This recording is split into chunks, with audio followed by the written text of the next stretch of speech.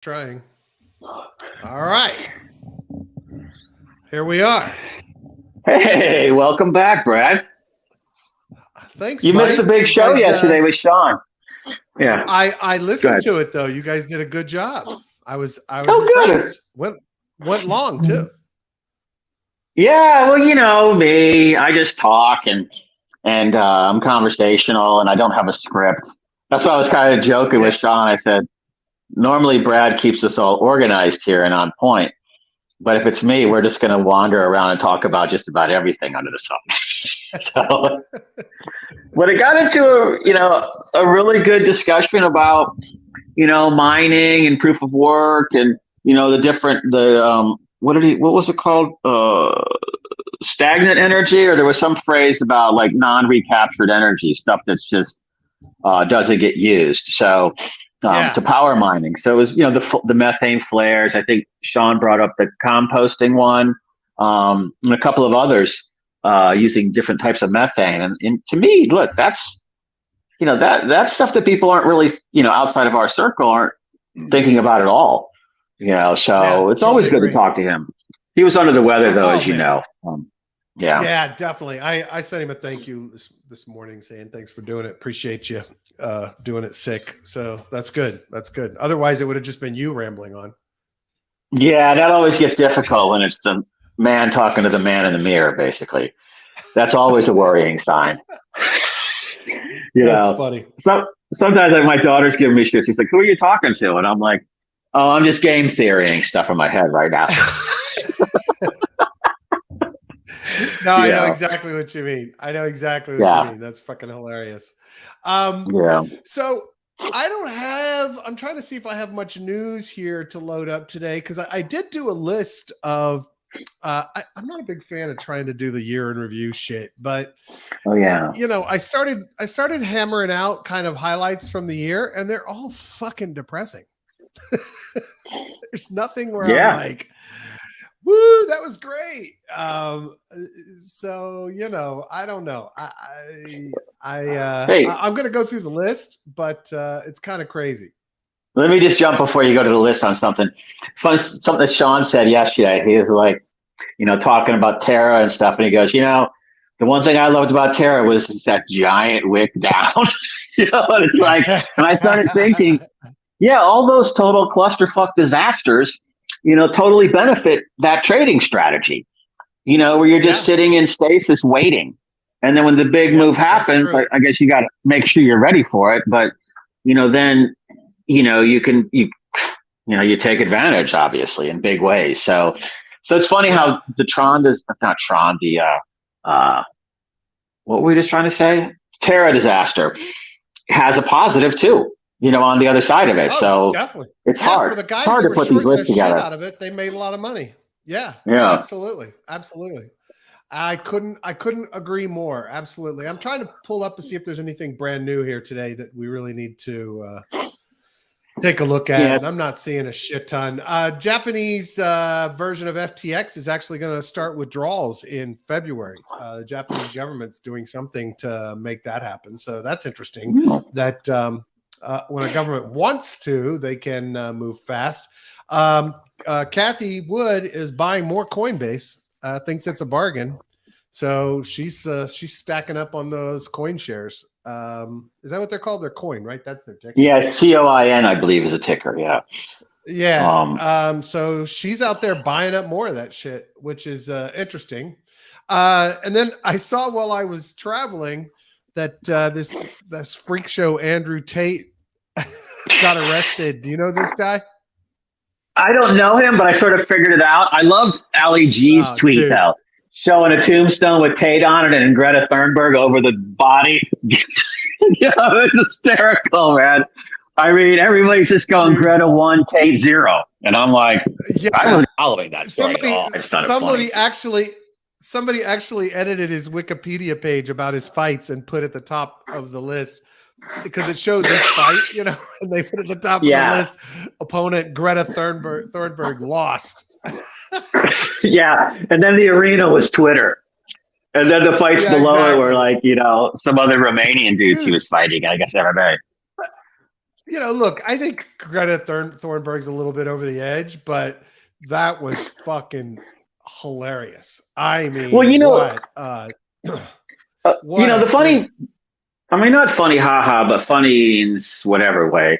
But what's the guy on for like sex trafficking charges? And then all these dudes are posting all over him.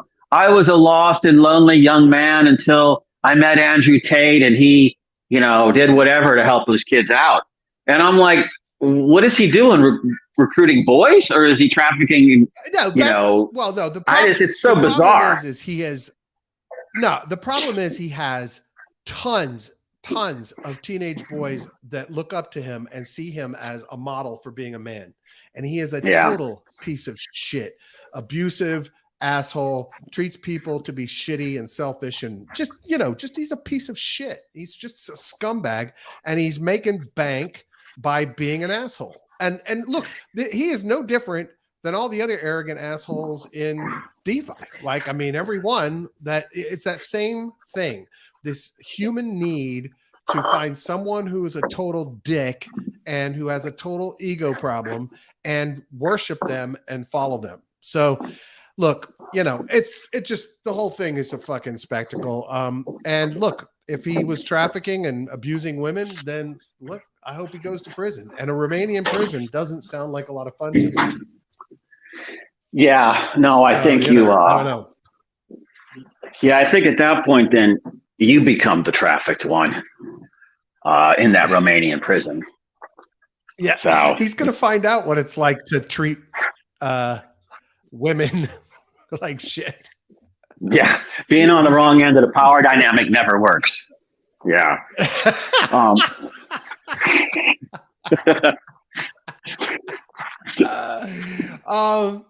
Listen, I think we can keep it pretty tight today. I do, like I said, have a list of shit that happened this year. And as I was going through it, I probably missed stuff. But we had at the beginning of the year, the whole Wonderland thing, right? And I think that was like the first big cascading liquidation that fucked it up. And Euphoric says Tate was released today and claims he was arrested for money laundering. Oh, interesting. Well, I haven't seen any updates on it. I did see the Romanian police put out a thing saying what he was arrested for. It says he was arrested for having a small dick. He was definitely beat down by Greta. Yeah, he wasn't Richard Hart, right? Yeah, with exactly. his big PP license plate. Exactly. So anyway, I mean, first we started off with Wonderland and Danielle what's his real name? Whatever. Yeah. And that debacle of ego-based bad management, just poor. And I frankly still think that in that scenario, that was actually just bad decision making. I think that was a salvageable potential situation, but he just made bad management after bad management decision that just created a spiraling impact around the whole thing with Sifu and the whole thing with what was going on with the protocol, and then how he tried to deal with it afterwards. It was just, look, once the cascade started, the deal was done. Then we had all of the Olympus clones, right? So we made a few bucks on a few of those and had some fun with it. You know what I'm trying to fucking remember? I can't think of the name of it.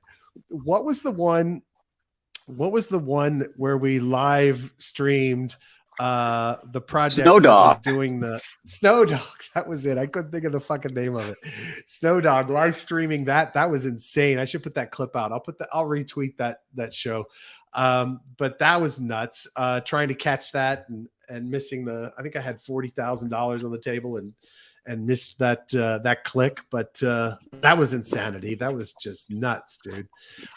We had the Wonderland Danielle takeover of sushi that was supposed to happen. Do you remember that one? Oh, Snow by the way, Dog, guys, right? Joe is no. Danielle Siesta trying to take over sushi, I said. Anyway. Yes, I do. I'm moving. So okay.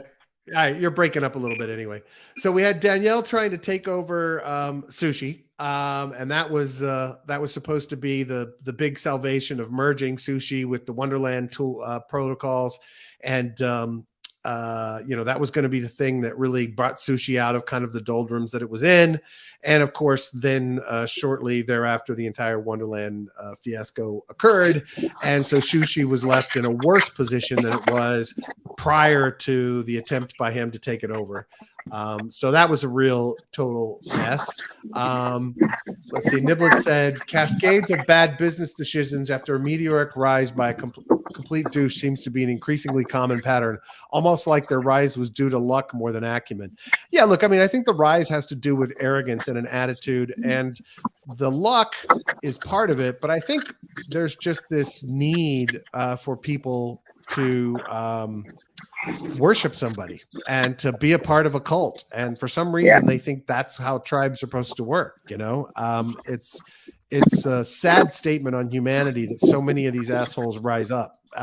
And that we, for some reason, have this need in amongst some members of society to believe in things and people and cults in order to make our lives feel better. And I think we've seen multiple examples of that. Danielle, Do Kwon, SPF, the 3AC guys. I mean, we've just seen that lesson over and over and over again this year. Yeah, it's not just in crypto too. I was going to say it's not just in crypto. That there's people look for a savior, and they want someone to basically tell them it's going to be okay, and so they are vulnerable to these types of leadership arguments. So particularly with people that are looking to make money or looking to change their position in society, and like they trust them. But what do we say all the time? Don't trust anybody. Yeah, particularly with money. Don't trust yourself. Exactly. And look, I mean, again, like you said, this is not an unusual thing in human existence. And Niblet said, yes, that need to follow seems to be the enabler. It's exactly what happens over and over again. And all of it points back to what is trying to be created here, which is decentralized finance and no need to trust, right? It's like what you and Sean were talking about yesterday on the show.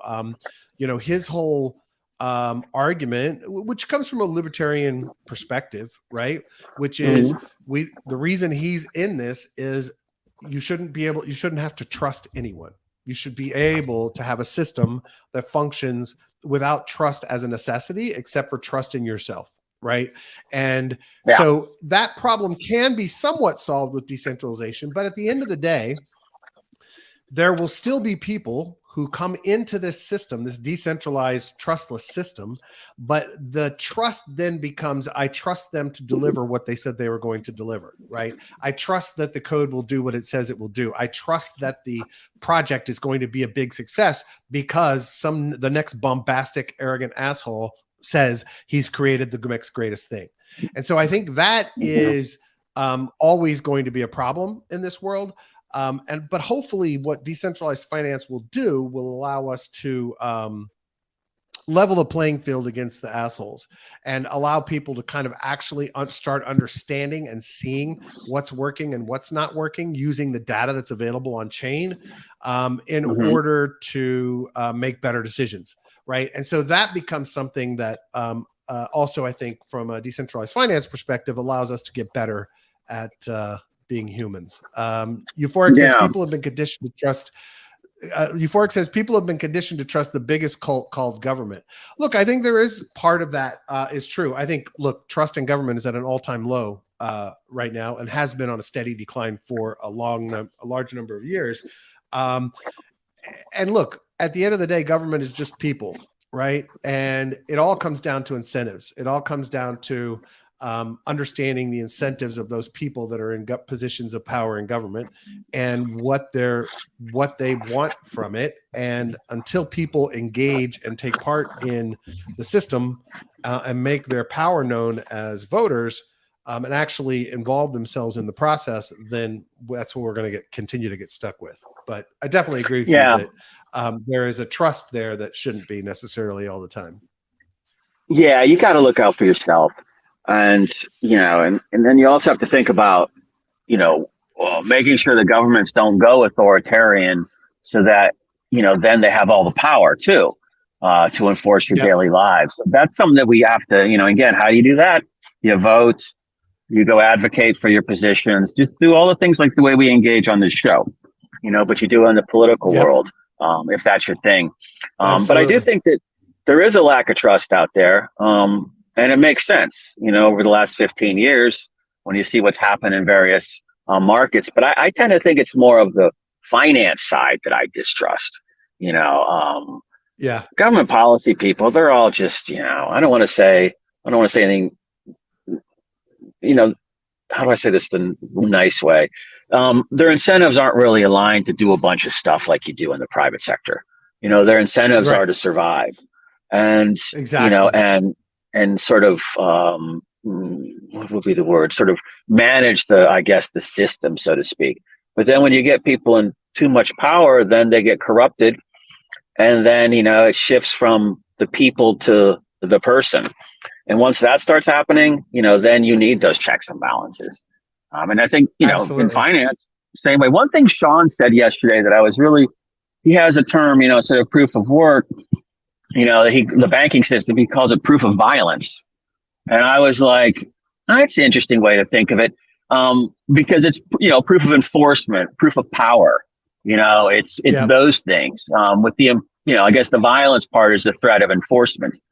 And and not so he's not talking about, Ireland or the US or those places as much. He's more talking about, like third world countries where all of a sudden, Right. you can discriminate against a whole minority class of, 20% of your population and deny them access to banking or other social services or, anything because you got a grudge against that tribe.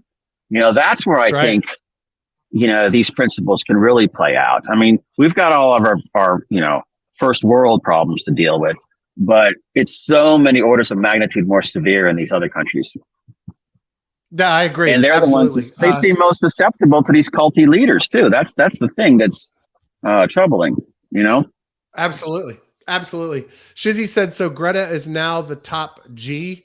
Look, I think Greta just won the day with that tweet, man. I look, there's plenty I think that is wrong with with Greta's approach to things as well as everybody else's. But having the post to answering that guy that way was just beautiful. I mean, that was just the take of the day. So I love Niblet the said, email Mal address. said all Oh, yeah.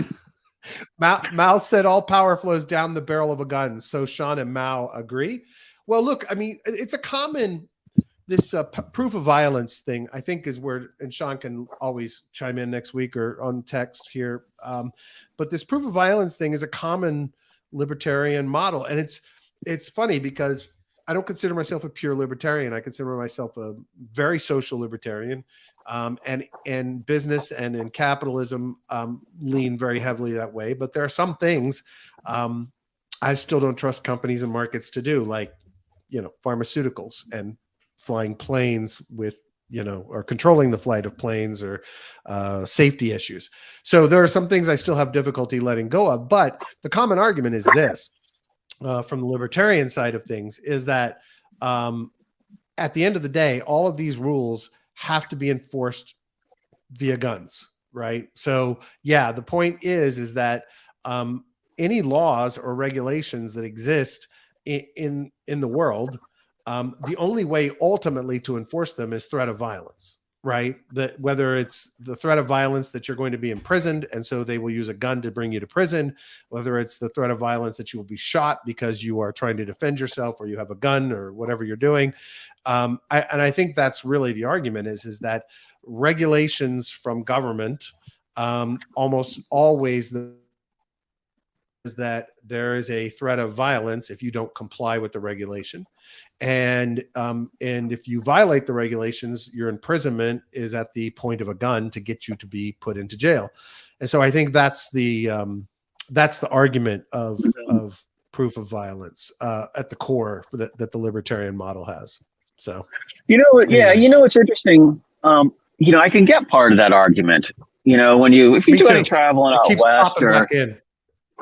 Yeah, you see that the issues are different out there than they are, say, in, DC or Manhattan or something like, or, Miami for that matter. When you're in like Yep. these big clusters of humanity, you have to have rules. And it doesn't, because I don't really believe that anarchy would or could work. To me, there's always going to be rules. But when you get out to the country, to the rural settings, I can see, because there's not as many people piled on top of each other, that all these rules must seem so draconian to them, because it Right. really makes a tangible difference in their day. Whereas to someone like me, I don't really see it as much. You know what I mean? I got to work around amongst all. Joe, you're breaking up. Sorry, man. Hear me now? All right, you Try go. again. I'll wait till I get a signal again. No, go ahead. You're good. Now you can talk. Now you're coming through. Joe? Oh, okay. Yeah, I'm Joe losing it, dude. muted. Oh, shit. Okay. Euphoric says absolute power corrupts absolutely. Right. And it doesn't matter the circumstances. Power in government, power in corporations, power in whatever, almost always leads to some level of corruption. And it's not hard to see it happen as well. If you've ever been in a position of accelerated power in a corporation or accelerated power in a given situation, you can find yourself changing your behavior and being more of an asshole. I have found that in the past when I've had that sense of success and things growing and people kind of giving in to you because you have been successful at something. What happens is that just feeds this cycle of I can do no wrong. And then you're surrounded by people that tell you can do no wrong. And then you realize that, okay, I have this power. I don't want to let it go. And I can do no wrong. So I definitely agree that adage is true. And it's definitely a problem we have as humans. So Sean said the basis of U.S. is decentralization of executive power. It's a good model. Yeah, look, that was the entire idea, was this decentralization of government into the states. But the problem is, as soon as people have power and control, they try to dictate it downwards. That said, the other side of it, from the perspective of being an American, is some of the rules and laws, like civil rights laws and rights to decide who you can marry and those kinds of things, have been dictated from the federal government. And there are some of us that think, well, we probably shouldn't have a state in our country that allows racial discrimination or slavery or, whatever. And we should have equality amongst the laws in the state. So it becomes a rather weird hybrid in terms of how the federal government actually works versus how it should work. Yeah. Shizzy says, Joe needs to start a proof of signal staking. LOL. I love the realness. Wait, what? I'm sorry. What did he say? He said this show needs to start a proof of signal staking. LOL. I love the realness. Yeah. It's funny because that tension, when you look at like the way checks and balances were set up between the executive branch, legislative, and judiciary at the federal level, and then you have this other big tension between the federalism and states' rights. And that is what most of the fights politically in this country about is it a federal decision or is it a state decision? And most of the Supreme Court precedent tends to defer to the states, over federal. And so, you have that, but then at the same time, you have a movement out of like the Federalist Society and Cato and these other groups, what they call the unitary executive theory. And they believe in like an all-powerful president. So they try to strengthen the executive branch presidency more in line with, a stronger, that can sort of supersede the other branches, checks and balances. And to me, I think that's a mistake, because I don't think we need a strong unitary executive. I would hope eventually we devolve into a little more chaos, like the British or other parliamentary democracy systems, where you have to build coalitions to govern versus just a strict two-party system. But, it's always going to be a sausage factory no matter what, when, people pick the leaders and everybody can say no to everybody else. but that's what we signed up for. So it is what it is. Yeah. Sean said moral values are a movable feast. Looking at history through the lens of today's moral values is unfair. 300 years ago, it was morally correct to burn witches. Yeah, sure. No, I totally get what you're saying. And yeah, it is a movable feast. But sometimes centralized control actually changes those rules versus decentralized control. It's interesting. I think I talked about this after the election, but I'm not sure.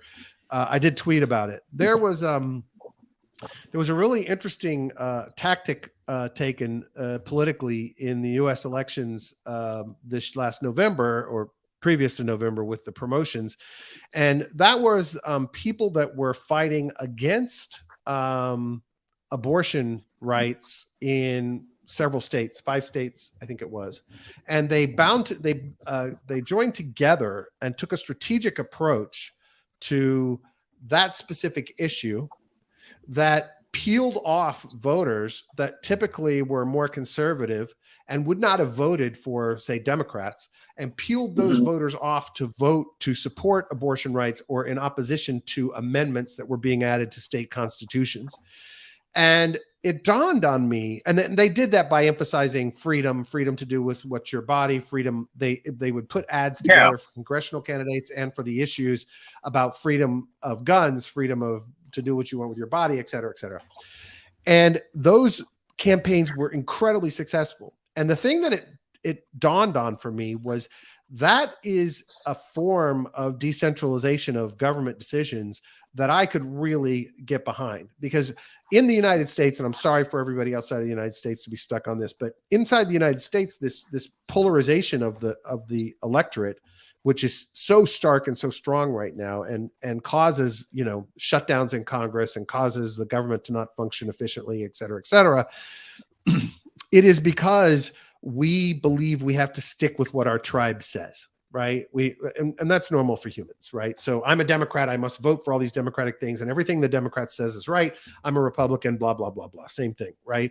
What's interesting, though, is if you actually take Republicans and Democrats out and ask them about specific issues framed as the opposition party's point on those issues, they will often support that, despite the fact that they would not vote that way if they knew that that's how the Democrats voted versus that's how the Republicans voted.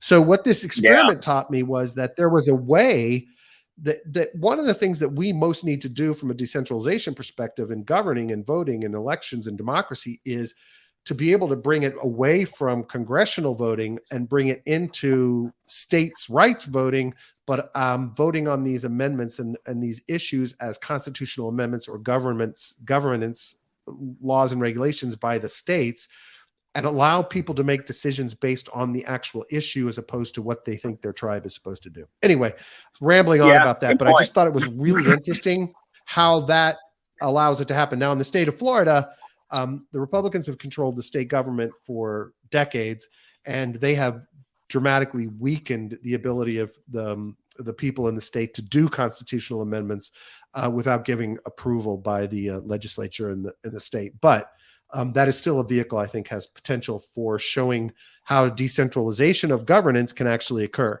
And so anyway, rambling on about something.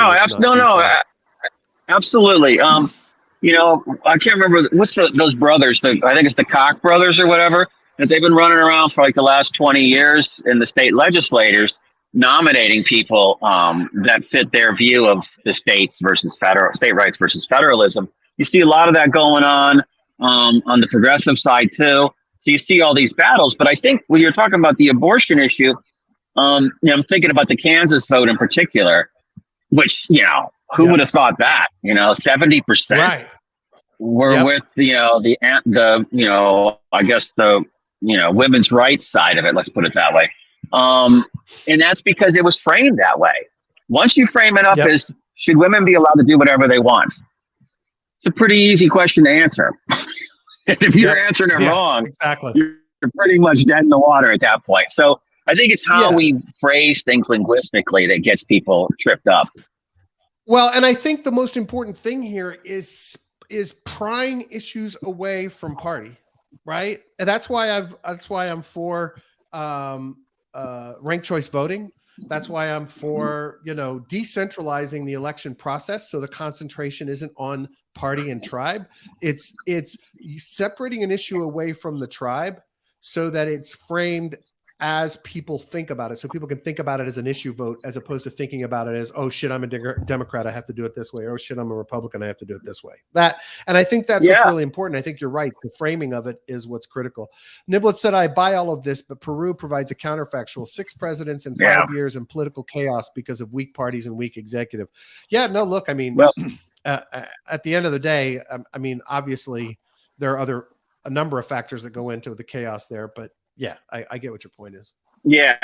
And look, that's the other extreme, of course, to say authoritarian dictatorship, is kind of no way to ever. I mean, you see it in Israeli politics too. And, and now Bibi's back in, I think, as of yesterday, and how many times?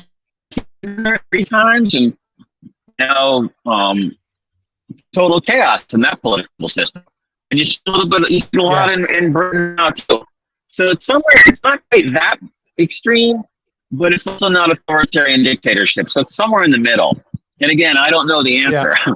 I'm just saying that's I don't know what we need to be thinking about, because we know the best, most efficient governments are, basically fascist governments, because nobody can say no.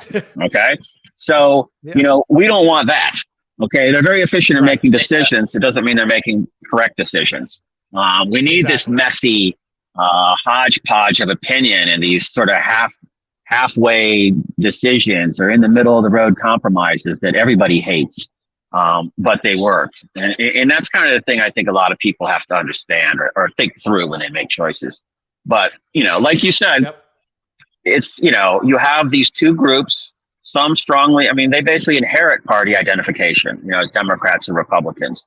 And then in the middle, I think it's about 35% now. I haven't really seen the numbers for 30 years, but it was always right around 20 to 30% of what the independents or the issue voters, as we call them, people who actually go down the list and look at all the issues and do a pro and con and go, okay, I like 7 of this guy's things and I like 4 of this gal's things, so I'm going to vote for this guy, versus, whoever they throw up because I'm part of that team, I'm going to vote for them. To me, I think more of that. Vote for what benefits you, not for what benefits everybody else that you associate with. Yeah, I agree. Look, you don't have to toe the party line. You can vote on an issue as an issue. And frankly, I, as a voter and an active participant in politics, would love it if I didn't have to vote for a human at all. I could just vote. I mean, obviously that doesn't scale, but if I could just vote. Well, maybe. How about Chat GPT for president? Chat GPT for president would probably be more effective. MicroStrategy is going to introduce Bitcoin Lightning applications next year. Sounds like it's more hosting oriented and a Lightning wallet. They're going to offer Lightning servers. I guess you'll be able to spin up your own server, whatever. But I think that's a good move for him as a tech company. The firm MicroStrategy's kind of become seen as just a holding company for Bitcoin. So I think that's a really good move on their part. Makes total sense. It'll support what they're already doing with their collection. You saw what they did, how they bought more Bitcoin the other day, right? Well, they wash traded everything. See that. They wash traded everything, evidently. They did the 10-year tax thing that we talked about, dumped it all and bought it all back, evidently. So, or a big chunk. So they have more Bitcoin than they had to start. Right. So, and now they have today's the write-off. So today's the 29th. So, I'm no tax advisor, but, if you got gains that need to be offset, you should. Yeah. Yeah. We are not tax or financial advisors. You should consult an attorney, an accountant, and whomever else you think can help you give you good advice. You should not take advice from us. But there are people like Michael Saylor's company, MicroStrategy, that are dumping their holdings at the end of the year and buying it back because they'll be able to take a tax loss on the sale of those items. Exactly. Because it's in the United States, capital gains tax. Anyway, so thought that was interesting. Llama Nodes has started launching their nodes. They claim to be one of the fastest node hosting companies on the net. Started out with Ethereum. So that is now out. Llama Nodes is part of the DeFi Llama family. I frankly think that group of companies is doing all the right things. They've launched a media company that launched last week. They've launched Llama nodes. They have all of their new tools, et cetera, et cetera. So that's out and about. If you need an RPC node, you may want to check it out. Llama, it's at Llama Nodes on Twitter. Looks like Sam Bankman-Fried is going to enter a plea deal next week to criminal charges he defrauded investors. So this thing may get wrapped up sooner than later. It doesn't mean the bankruptcy process or the payouts to creditors, et cetera, is going to get wrapped up any sooner than 15 years from now. But, maybe we can stop talking about this guy for a while. I was pretty surprised about when you just said that, because with Caroline already cutting her deal, a $250,000 bail deal with, I think, no prosecution and some house arrest, and Wang cut his deal, I think that's his name, and everybody thinks Sam Trabucco is the one that's been diming on everybody the whole time. I just don't see what deal there is there for SBF. I don't see any leniency coming, is I guess what I'm trying to say. Yeah, I think probably what they'll do is, I think what they're going to, so they don't have to go to trial, so they don't have to fuck with this, so they don't have to spend, because at the end of the day, the way that you defend against this, if you're SBF, is you bog the government down into massive need for financial analysis and forensics, and you really dump this thing into the nitty gritty of every transaction that occurred and every token that was transferred and proving who did it and proving how it was done. This saves them 3 years of trying this case. And so what he gets in return for that is probably a lighter sentencing recommendation that he would have gotten if he fought it. And I think that's all he's got, And probably he also, the smart move would have been on the way out the door I know there was a lot of holdings moving around, but he might have snatched some of that. Remember that stuff that was hacked out by the Bahamas or somebody like that, they were saying? And, he might be holding those wallets and saying, through his lawyers, of course, that, hey, look, we'll be willing to throw in, whatever, $2 billion into the settlement, however that turns out. Hey, go ahead. Yep.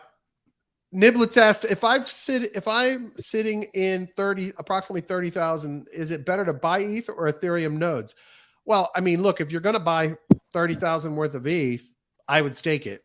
I think that's the question you're asking. I personally, it wouldn't be financial advice, but I personally would stake it to earn more ETH. And the bet that I would make if I were doing that would be that Ethereum eventually is going to go up in price. And so for me, I want more Ethereum, and I would optimize for more Ethereum. So from my perspective, if you're going to have the ETH and holding it, you might as well put it in a node.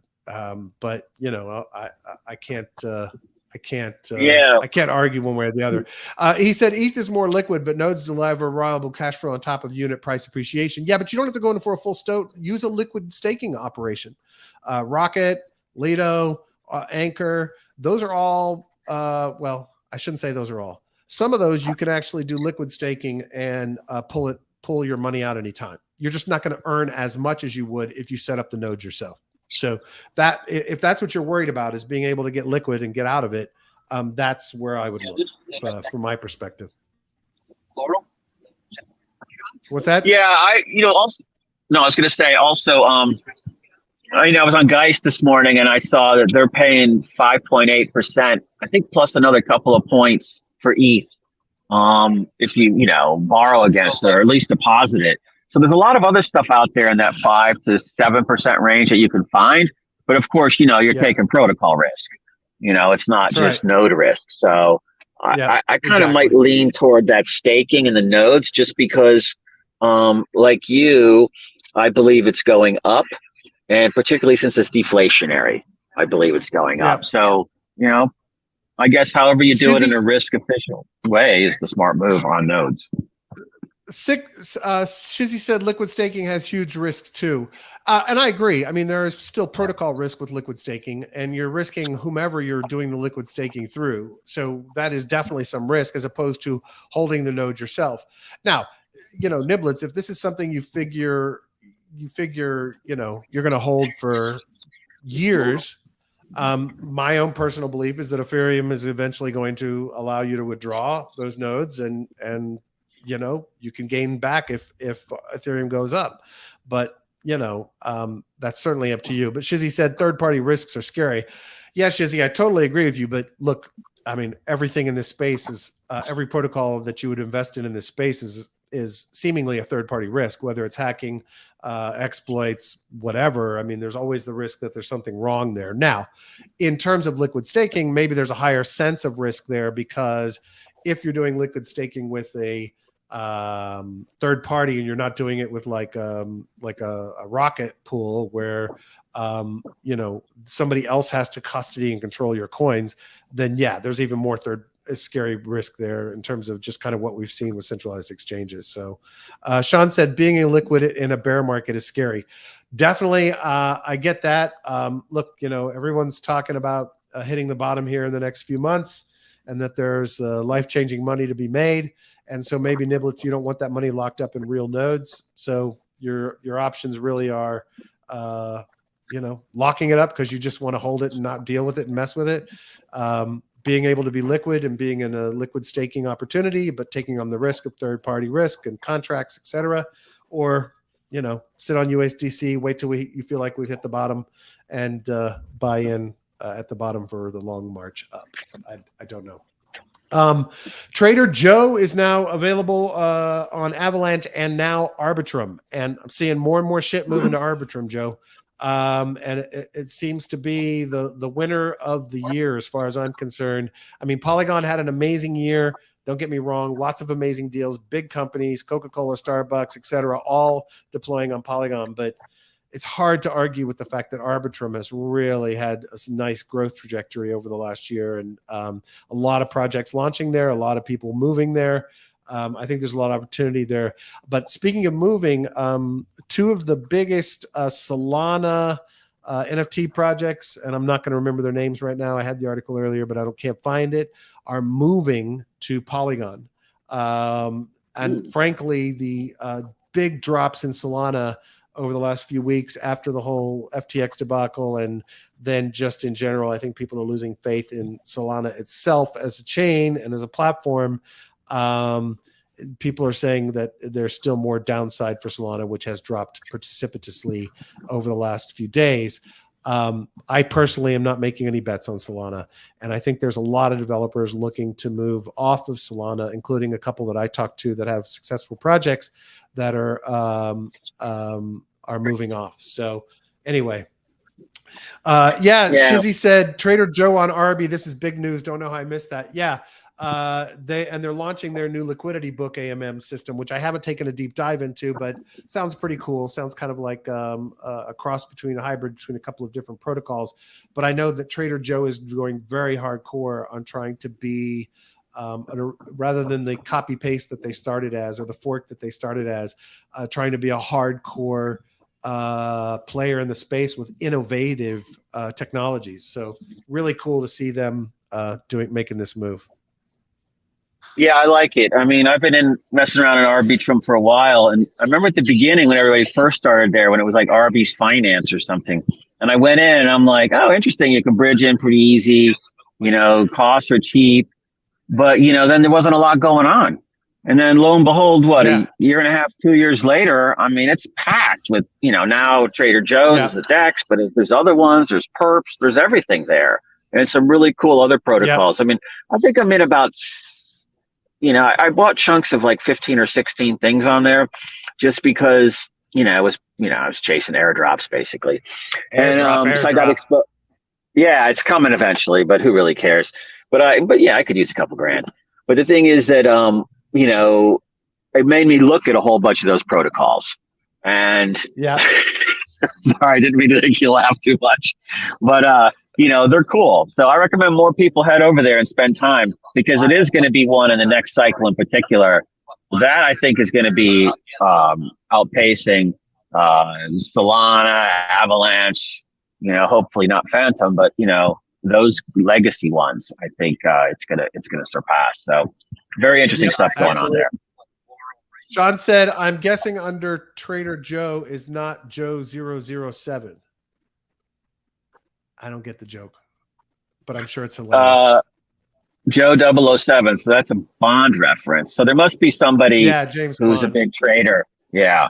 Who's a big trader that uses that tag that Sean takes. Trader Joe is an AMM on Avalanche, Sean. Sean might not know what Avalanche is. Outside of the on the Avalanche layer 1 blockchain was the leading DEX there, and so them moving to Arbitrum is a big deal. Joe, that's all I got today, buddy.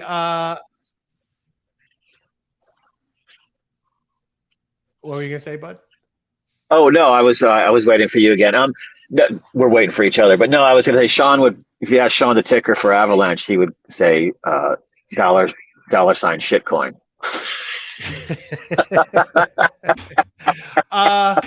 The rest of the year was layer 2s. We had the Ethereum merge.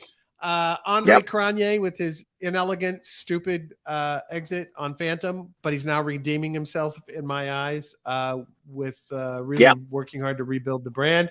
Oh, do you remember the whole Kyle Roach Crypto Leaks Avalanche thing? I do remember that.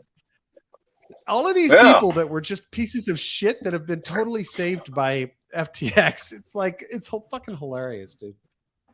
Well, luckily it's going to... And go ahead. Well, I was going to say, luckily we got a new year coming. So... Exactly. If we have a fresh crop of arrogant assholes. Sean says, what? A new rogues gallery. Predictions? Oh, you got any predictions, Joe, for 2023? It'll happen.